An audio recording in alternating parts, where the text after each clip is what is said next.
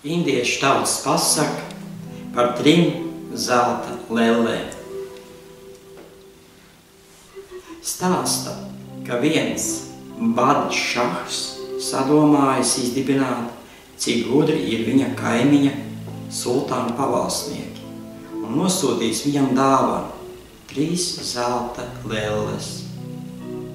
Tās visas 3 pēc paskata, lieluma un svara bijušas uz mata vienādas.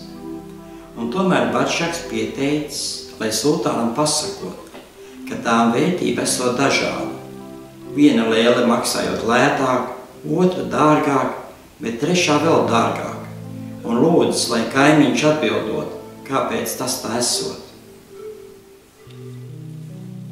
Sultāns pabrīnījies par dāvanu un pavēlējis saviem galma vīriem atrast atšķirību starp šīm lellēm.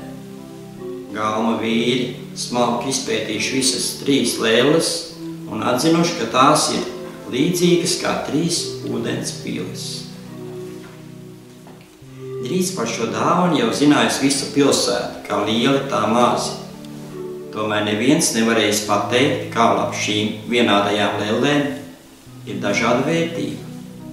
Un tad kāds nabadzīgs jauneklis, kurš bijis iemests cietumā par gaužam niecīgu pārkāpumu, lūdzis sultānam paziņot, ja viņam atļaušot lelles aplūkot, viņš ar Allaha un valdnieka žēlastību izdibināšo, kur slēpjoties to atšķirību.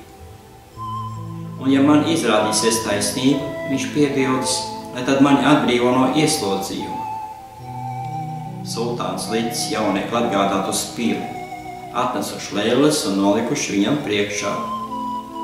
Jauneklis aplūkojas lelles un pamanījis, ka visām 3 ausīs izurti caurumiņi. Viņš paņēmis salmiņu un iebāzis to vienai lellei ausī. Salma gals izlīdz pa muti ārā.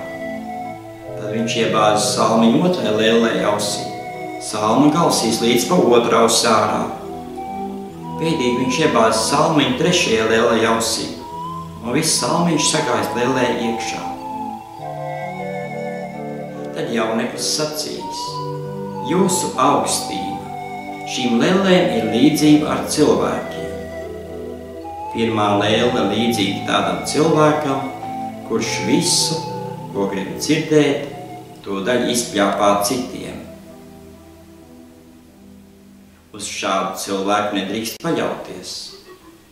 Tālāk arī šīs lelles vērtība ir viszemākā.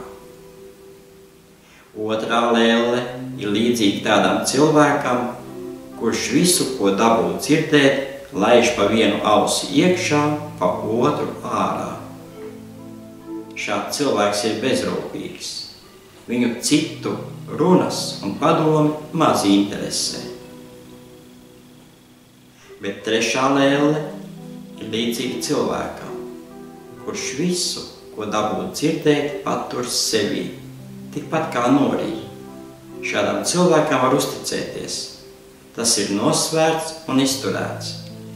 Un tālāk šīs lelles vērtība ir visaugstākā. Sultāns jaunekli noklausījies, tapis priecīgs. Arī visi galma ļaudis jaunekli uzteikuši par atjautību. Tad sultāns licis uz katras lelles uzrakstīt tās vērtību. Uz vienas viszemāko, uz otras augstāko, bet uz 3. visaugstāko. Un aizsūtīs atpakaļ tam pašam Badšaham, no kura tās bija saņēmis dāvanā, bet jaunekli izlaids no cietuma un paturējis savā galmā. Nu redz, par gudrību un atjautību var nokļūt arī galmā, bet par šīm 3 lellēm padomājiet. Varbūt kāda no šīm īpašībām ir arī jūsos, varbūt kaut ko vajag pamainīt. Mēs neviens nesam svētais, un ir vecs teiciens: nav noziedznieks bez nākotnes un svētais bez pagātnes. Paldies!